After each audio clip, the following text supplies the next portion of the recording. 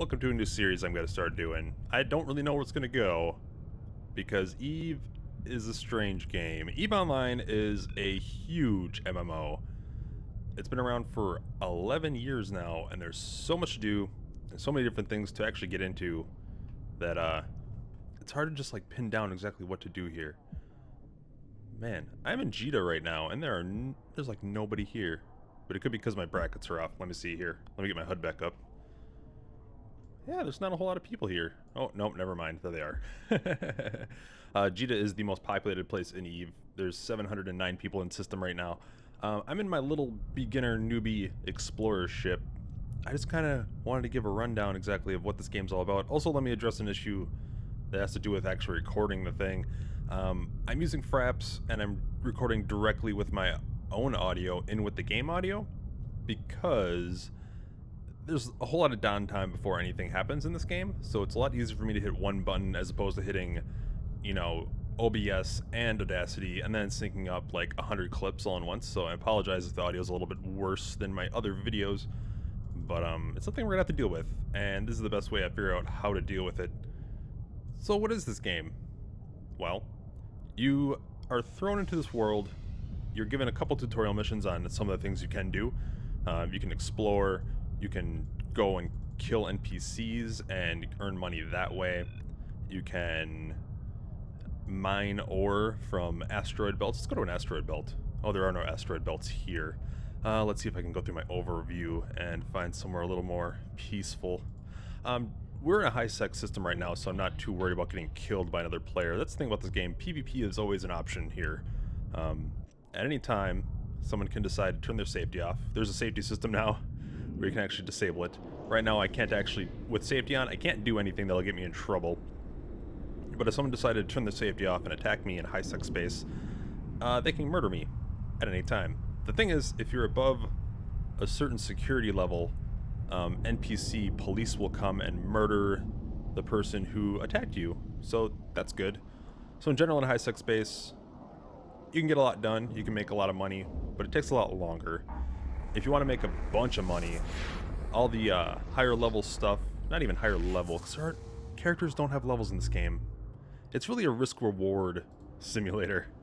Let's warp to an asteroid belt to show you where you can mine some stuff. If you want to make a whole bunch of money real quick, you can do exploration, where you scan down sites. If you can see on my overlay here, these are sites. The green ones are ones that are already discovered and anyone can just warp to.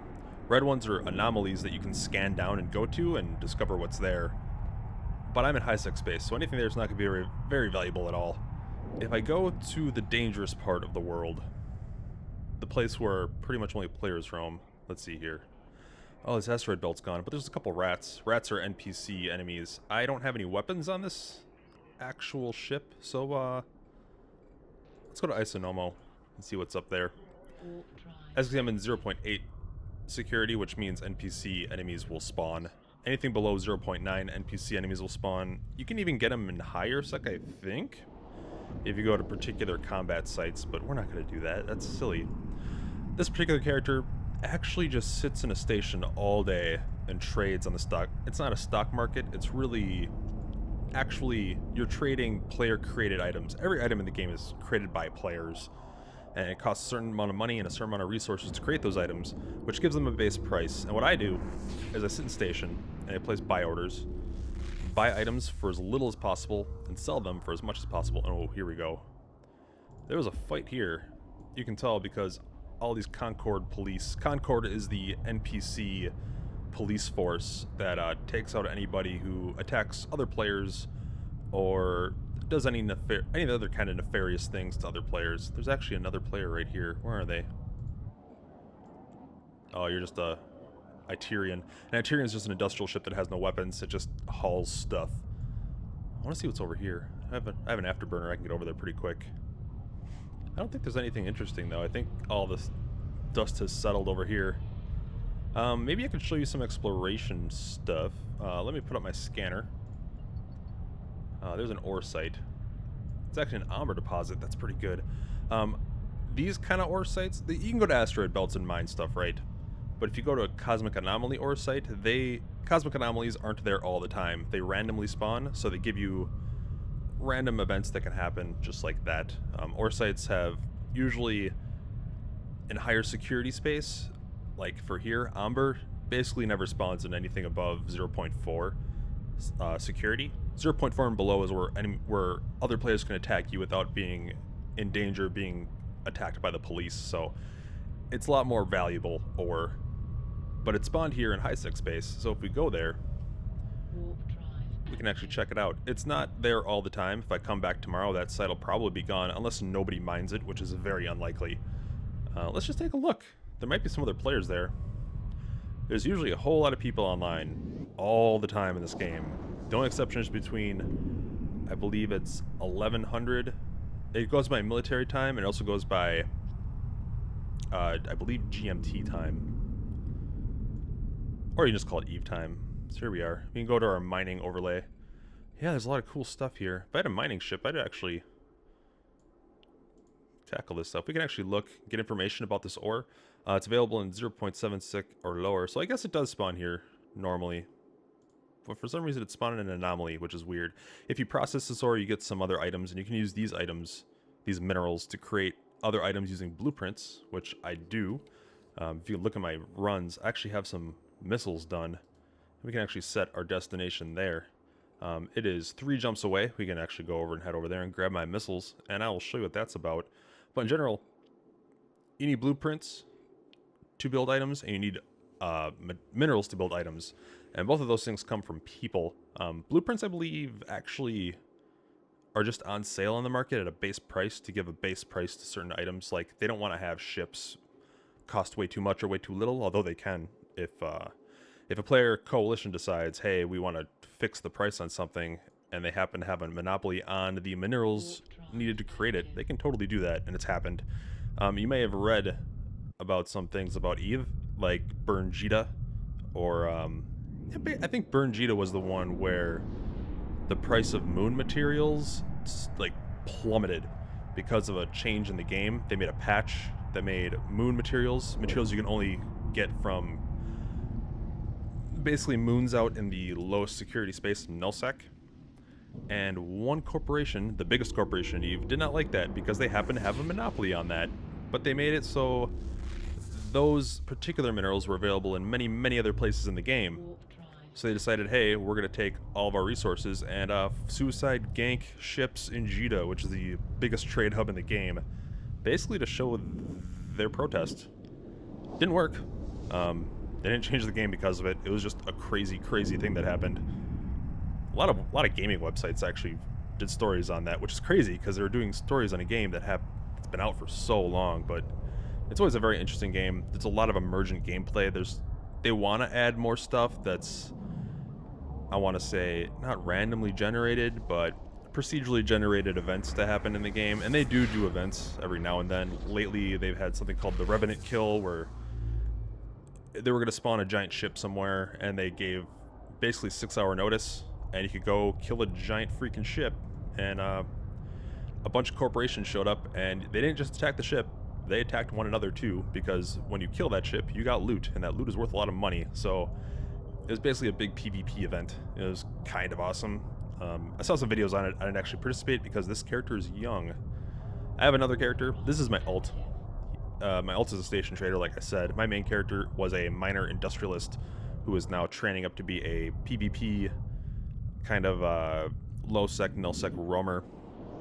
But the skills in this game take a while to train. You don't kill things and get XP like in other RPGs. You actually have to buy skill books, and I'll actually show you this. You have a skill queue, and you buy skill books. These are all the skills I have. You can see I have almost 500,000 skill points in trade, because this is a station trader. You get skill points into skills that you're training. So I'm training broker relations, and it's going to take 5 days, 6 hours, and 35 minutes because I'm training it to the max level. It's a very good skill for a station trader, not very useful for, you know, combat. But how it works is, the better your stats are in that skill, I'll show you. The primary attribute for the skill is willpower, and secondary attribute is charisma. And in my stats, if I can pull those up, sometimes it lags a little bit. I have 24 in memory, 22 in charisma. I forget what I just read. Was willpower? I don't know. But yeah, these are my stats. Depending on your stats, which you can remap at any time, if you have a new character, you can remap them 3 times before you're locked out. After you're locked out, you have to wait an entire year to remap your character's stats, so you better decide what you want to do.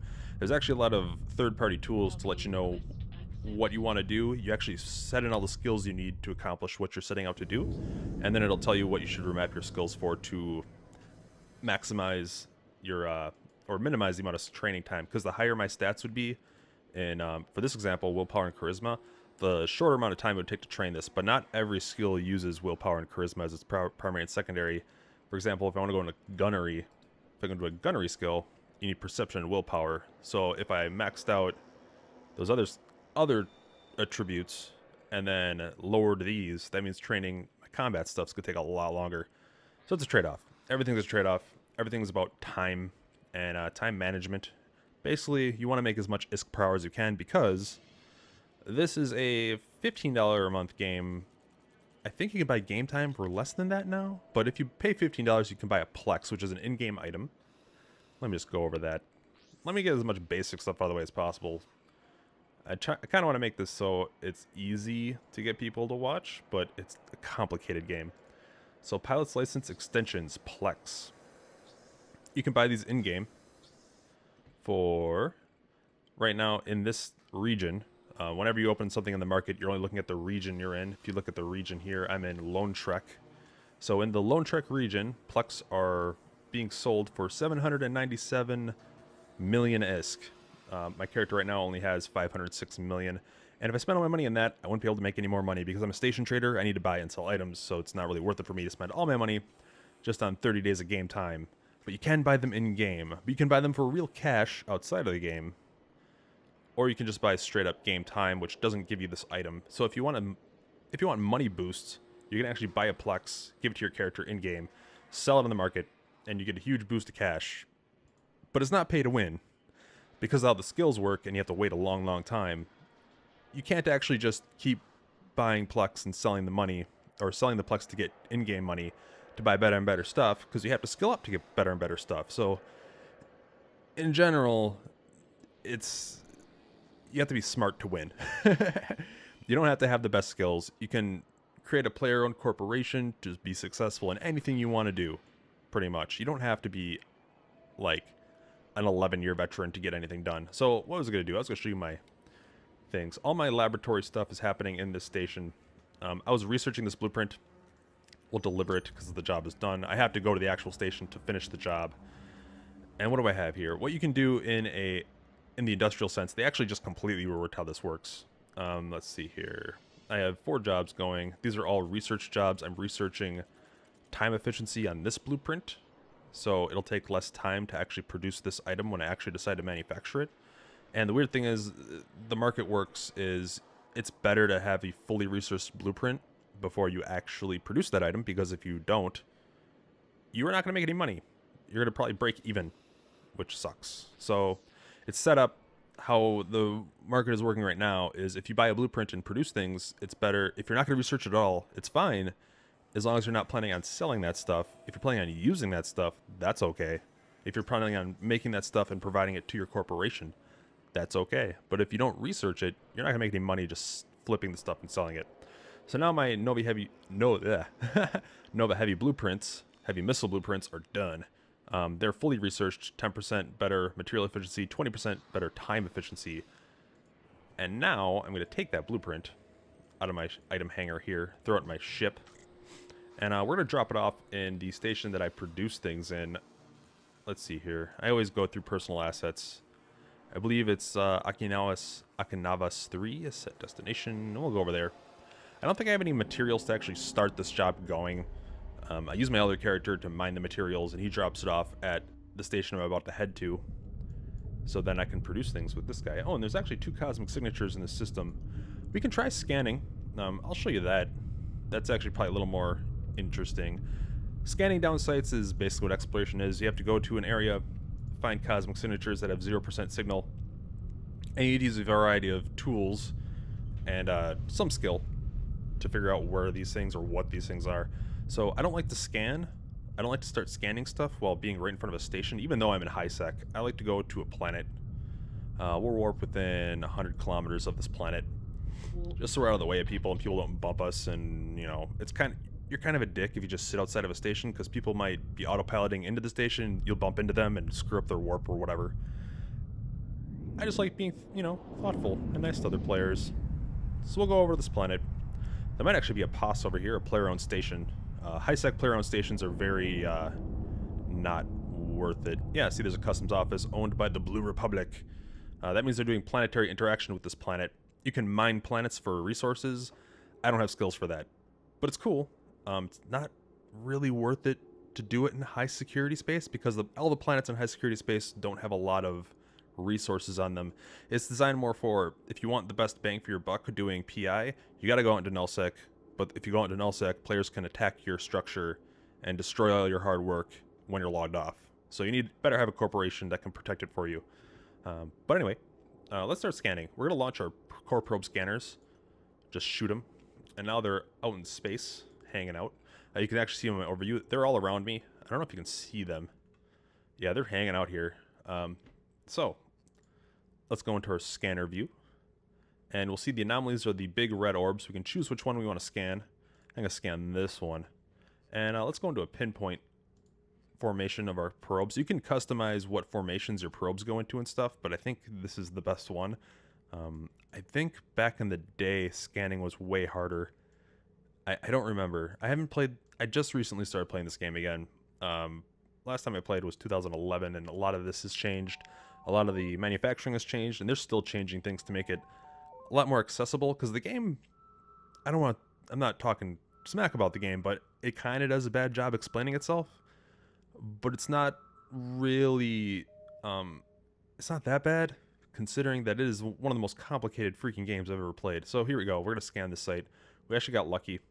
We found a very accurate pinpoint spot, so we're going to zoom in more. I'm going to click this just to get rid of that orb. And now you want to close your range down to more accurately scan it, because we're only at 81.1%, so we can't actually warp there yet. It's actually a combat site, so we're probably not going to go there, but let's scan again. And it takes time. Our probes are actually warping to these spots in space in this solar system. We're out by this planet, which is right next to the sun. You can fly into the sun in this game. It won't kill you. So now we can warp there if we want, but even if we move our probes, we're going to keep this site logged, and we can actually add it to our locations, and we can send that site off to another player, and they can come clear this out for us if we want. And then there's nothing there for us, though, when it comes to actually exploration, because what we want is data sites and relic sites, because we have these cool things that'll let us hack into data and relic sites and get some expensive items, hopefully. So let's go to the other cosmic signature, see if we can scan that down really quick. Bam! You gotta zoom out, expand your field so you can pinpoint the actual location. That red orb is just like a general, it's in here somewhere, so you can't just clump down into an area. You actually have to scan the entire thing to get a better sense of where you need to scan next. Yeah, we got a 9.6% signal, and the whole thing shifted. So let's move over. And move over. It reminds me of like working at 3ds Max or something. It's a lot better than it was, I feel. I really feel like they changed this a lot, and I don't remember how it used to be. I remember when I did the tutorial on this, on my first character, back in 2000, like, I think it was 10, maybe 11. Even the exploration tutorial was just so bad. There was like no way to even figure this out. You had to rely on other players. And there's still a lot of things in this game where you need to rely on other players to teach you, which is good because this game is really, really boring if you're not in a corporation. If you do plan to get into this game at all, join a corporation immediately. My main is an Airhogs. We're a decentralized high-sec corporation, which does a variety of things. We have a bunch of different wings, do a whole bunch of different missions. We can never be war decked. We can't go to war unless we decide to go at war, because of the way our corporation is set up, and it's very, very cool. It's very, very smart, and I like it. So far, I've only been in it for about a week, but it's been a lot of fun. Everyone in that corp has been really cool. But it doesn't matter. You don't have to join that one. You can join a whole variety of different corporations that focus on a whole variety of different things. My corporation does a little bit of everything, mostly mission running at the moment. Alright, so we have an unstable wormhole. Those are dangerous. We're going to recall our probes now. Close our map. And let's go to the wormhole. Let's check it out. There shouldn't be anything there. What wormholes do is they warp you directly from high security space into wormhole space. And there's many different classes of wormholes.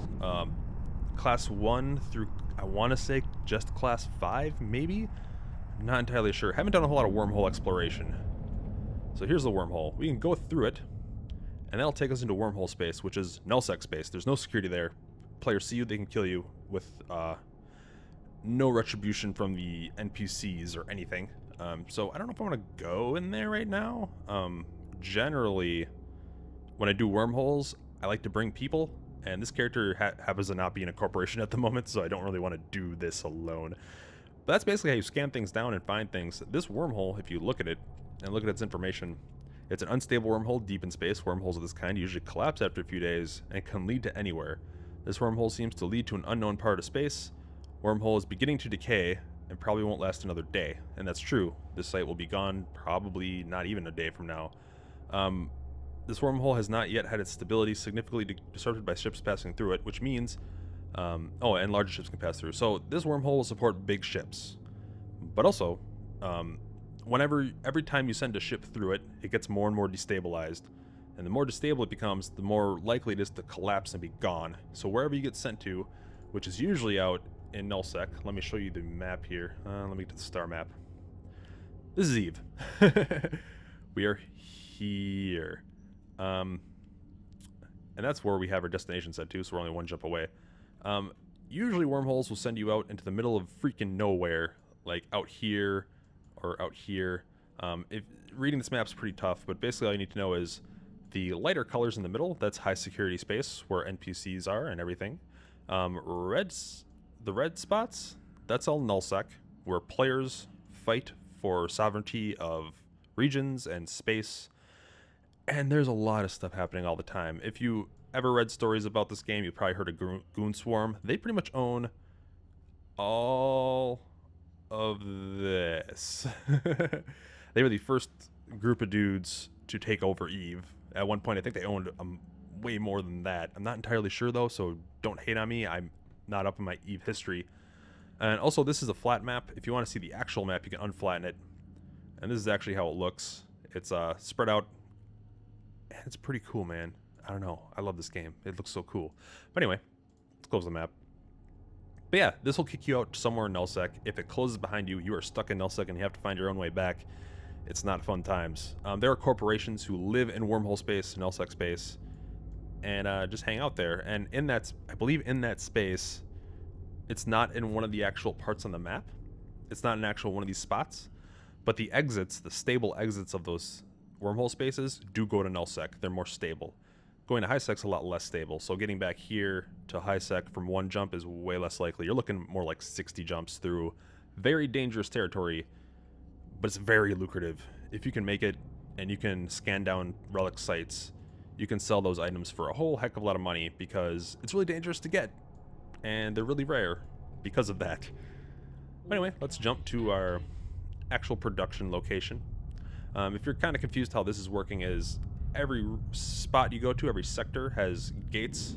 This is a gate, this is a gate, these are all gates. They let you go through the Stargate and jump you to the next location. It's a session change. It goes through a different region with a bunch of different people. In lower security space, these gates are usually camped. So if you're in high security and you're going to low security, there'll usually be a bunch of baddies right around the gate. And if you're in a really slow ship, they will use a Weber to tackle your ship so you can't move. Use a warp scrambler, a scram as they call it, to disable your warp drive so you can't get away, and kill you, and loot your wreck, which is fun. No, really, it's fun. It's exciting. When you lose a ship, I mean, you gotta get over when you start playing this game, you're going to lose ships. The idea is, you should not fly anything you cannot afford to lose. I have 500 million right now. This ship is worth about 25 million. Not really afraid of losing it. The thing is, when your ship dies, I'll actually show you what this looks like while we're in station here. When your ship dies, you're not immediately killed. You are potted. Let's see if I can actually just eject. Leave ship. When your ship's destroyed, you're just a pod. You're this little guy here. This is your character in a vessel that allows you to travel between stations, but has like no defenses at all. There's nothing. It's really fast. It can warp really quick, but if it gets killed, then your clone is killed. Your character is just a clone of a clone of a clone of a clone. I believe the lore is before you become a capsuleer, you have to be murdered and cloned, which is kind of crazy, but yeah. When I was talking about attributes earlier, you can boost these, and you can boost them by buying implants. Implants are very, very expensive, and you cram them into your brain. You cannot remove them without destroying them, and if your clone is killed, they're all destroyed. So you lose a hell of a lot of money if you get potted. That's what it's called, being potted, when your pod is destroyed. So you gotta get over losing ships, and you gotta be careful about how many implants you load into your brains before you go in anywhere dangerous.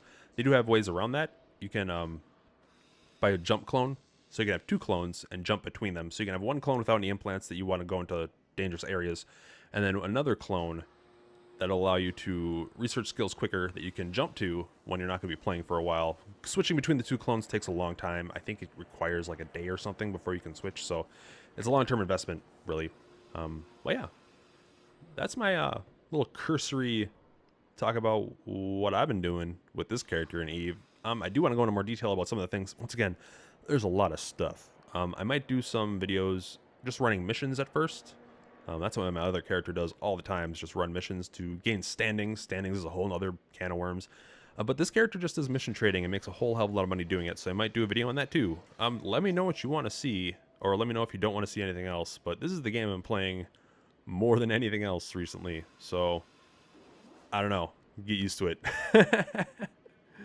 But yeah, if there's anything you want me to go over, or if you have any questions or anything, let me know, and I will try and find out and make a video on whatever you want. My only rules right now is I can't go in the nullsec with any of my characters at the moment because they're training to do so. My main character is actually training to be a stealth bomber, which is going to be cool. It's going to be really cool, but it's going to take like a month. So yeah, it's going to be a while. But anyway, in the description below, there will be a referral link. That'll allow you to get 20... Normally when you get a free trial at Eve, you get 14 days. If you use the referral link, you'll get 21 days. And if you decide to actually sign up after that, I get some money on my character, and I will split that money with you. So if you want to do that, you know, hit me up. I don't care. Do whatever you want. I'm not your dad. But anyway, thank you very much for watching, and hopefully we'll be making a lot more videos on Eve Online, helping other players to learn the game as I learn the game. Thank you very much for watching.